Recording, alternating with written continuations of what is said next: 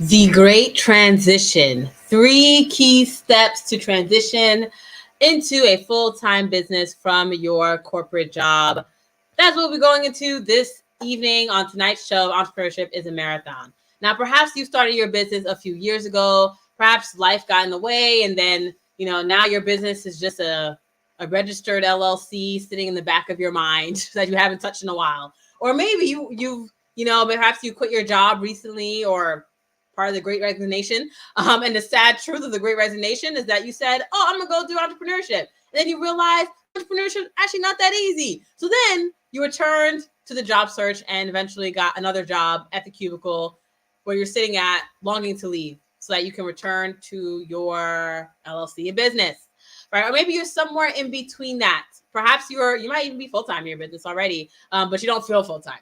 Well, tonight on our weekly show, Entrepreneurship is a Marathon, I'll be going into the 3 key steps for you to transition. Now, 3 key steps are pivotal for me to make my calm and confident transition, and also pivotal for my clients as well when we go through the Hustle and Breathe Accelerator to help them make their transition as well too. Before all that, welcome! You are listening to Entrepreneurship is a Marathon with yours truly, Vanessa Zammy, the business defibrillator. Every Tuesday, I come here live on LinkedIn, Facebook, and YouTube at 9 p.m. Eastern to share with you tips, tricks, and tools to make your business better. Specifically, I consult micro businesses and entrepreneurs on how to revive, on how to grow, and how to scale their business without burnout, without sleep deprivation, and without overwhelm. And as always, in every episode, what's the question?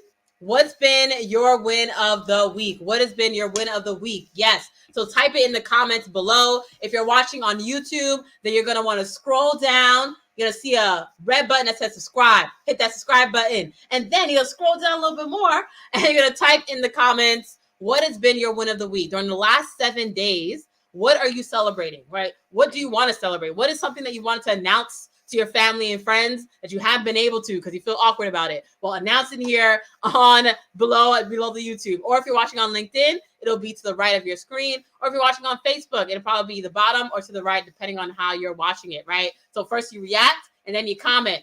With that being said, type in the comments, what has been your win in the week? Let's celebrate with you. My win of the week that I've been celebrating is that, so I'm also, for those who don't know, so I'm the business defibrillator, strategy consultant for small businesses. I'm also a speaker as well as a best-selling author. I'm also a professor. So my win comes from my professor title or role. So I teach entrepreneurship at Portland State University School of Business, and they invite me to teach again next year. But that's not this week's win. This week's win is that the students in the class, essentially they typed in the chat. They were like, "So Vanessa, could you teach us how to avoid burnout?" Well, I was like, "Well, it has to be an extra lecture. We don't have any time." They said, "Do an extra lecture." I was like, "Would you come on a Saturday?" Like, "Yes, we'll come on a Saturday." So my win is that clearly I'm doing something right. I don't know what it is, but doing something right. These students are asking for more learning and to come on a Saturday morning to learn how to avoid entrepreneur burnout, but also just to come on a Saturday morning to learn. So that is a win, I think, in my opinion. I think that's a win. So that's proof of something. So with that being said, what has been your win? It might be a business thing. It might be a personal thing. But what has been your win of the past 7 weeks? Something that you've accomplished or achieved, or a connection you've made, or a partnership that you're about to make, or something that you didn't think you could do. Maybe you just recovered from the flu or something like that. But what has been your win of the week? And if you're watching the replay, type it as well too. If you're watching a replay, hashtag replay. If you're listening on our podcast, either on Spotify, Apple, or Google, then send me an email. You can put your win in a review as well too. So let's get into it. What has been your win of the week? So, now we're getting into the episode title. So, the great transition. 3 key tips to calmly and confidently transition into a full-time business. Yes, it is the end of the day, folks. So for those who are here with us live, I appreciate you. Yes. Hello, my viewers. Heart on this Tuesday. Yes. So maybe you're still at your day job. If you're on the Pacific time, maybe you're still at the office. Maybe if you're on Eastern time, you are just winding down from a day and you said to yourself, I still have business to start. Maybe you're starting your business right now, your business sort of hours right now. But the 3 key steps for you to calmly and confidently transition, right? So have your notebook ready, right? Ensure that you're doing these things. Number 1, solidify your budget. What does that mean? Solidify your budget. what is that monthly sort of number for you, right? What is that amount where if you just make that monthly income, you will feel confident in yourself to transition? I'm giving you an example. So, client of mine a few years ago, she had a consulting business, mother of twins in preschool. This was actually during the pandemic as well too. So she's also virtual homeschooling, and it's early pandemic, the first year. She also had been a project manager at a health tech company for 15 plus years. And she was doing her business, right? And she had been in business for a couple years. And then when she stopped and then came back to business and decided to get help. So that's where I came in. And she's in her mind, she was like, oh, I'm probably not gonna be able to quit until like another year from now. And it's gonna be so long. Well, working with me, right, we were able to increase her sales month over month by 30% each month. And she still said, though, so long to go until I'm able to quit, right? So I'm able to make that leap and go full time into business, right? I'm not ready to leap, she would say. And so then I encouraged her to have a conversation with her husband, supportive husband. So I encouraged her to have a conversation with her husband, right? And to say, okay, look at the finances and the budget and all that jazz and see, okay, what is the actual monthly income that you need, right? What is the monthly income that would make sense for you to just go full time in the business, right? Because we were approaching a time in her business where we were like growing so fast that she needed support based on also the services that she was providing for her clients. She needed additional support, right? So it's either she quit, go full time, or she gets support, and or both. And so they managed to find a monthly income for her. And we found out that with that, and she was so surprised by that number because when she actually saw her current income, she was just one client away from making the full-time leap, right? And so you might find that your monthly number that you want, maybe you're gonna end up being very close to it, or perhaps you're gonna be really far from it. Maybe you're looking to get like $5,000 a month to actually leave your day job, $5,000 a month in your business, so that you can actually leave your day job comfortably, right? But maybe you're only at $1,000 a month, maybe you're at 500, or maybe you're finding out that you're at 4,500, right? And so you might be so close that you don't even know it, or you might be so far that perhaps you know it, but now is the thing. Now you know the actual number, because what happens is that if you don't look at the numbers, if you don't see where you're at now, if you don't understand, okay, what am I actually going to take to leave? Then you're just kind of just working. You're kind of just like, I'm just gonna keep doing the business until eventually I leave. I'm just gonna make it happen. It's gonna happen, right? And when you treat your business like that, your business is gonna be like that. Your business is gonna be like, we'll make it work. And so you don't want to do that, right? So you want to solidify your budget, understanding what is that monthly number that you need, that monthly income that your business needs to make for you to feel comfortable to say sayonara. All right, number 2, we said 3 key steps, right? So number 2, set a date. So setting a date is, what is your day, right? It's not what anyone else's day is. What is your day? Now, some of my clients, they say ASAP, right? They're like desperate to leave their day job. Others say 1 to 2 years. They're like, I'm just gonna, Vanessa, just wanna work with you. Let's gonna revive the business. And, we'll leave it I'll probably leave my day job in about 12 to 24 months. Like, not really in a rush, right? And they say 1 to 2 years. And I put say in quotes for those who are watching on the live video, right? I'm saying putting say in quotes because, for example, one client, right? She had been in the space where she had the LLC, but she hadn't done anything with the business. So she didn't hire me because she wanted to do the business right. And we ended up within the first 2 weeks, ended up getting her clients. And then within the first 2 months, she ended up getting even more opportunities for income streams within the business, for partnerships, collaborations, right? While still doing her day job at the same time. And all the opportunities kept coming to her, right? And could she leave within the first 6 months of us working together? Absolutely.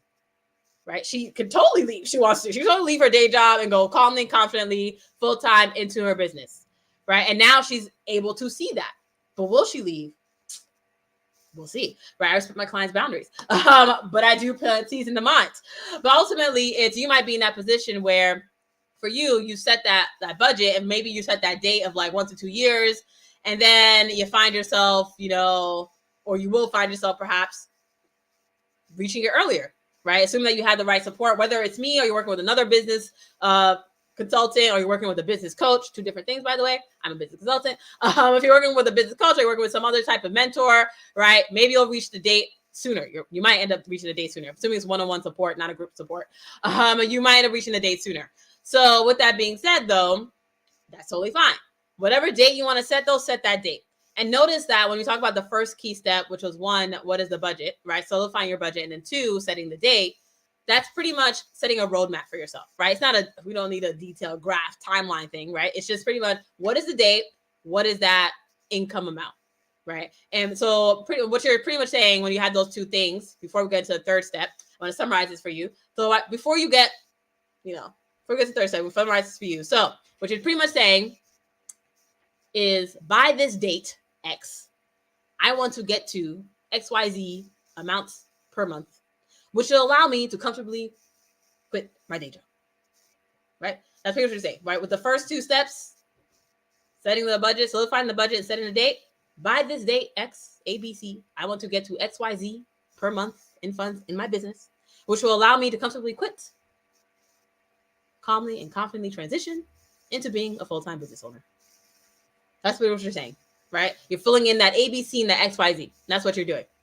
And so that's the roadmap. Then number 3, the third key step that was so key to helping me transition and help my clients transition as well too, is create and keep boundaries around your work and time. Create and keep boundaries around your work and time. So for me, that was, I was in California at the time, pre-pandemic. So I was commuting to from work, using public transit and shuttle, and it's a city. And so I said 4:30 p.m. shuttle. I'm going to be on that 4:30 p.m. shuttle. Like literally at 4:31, that shuttle is gone. That shuttle waits for no one. Like at the time that is supposed to leave, it leaves.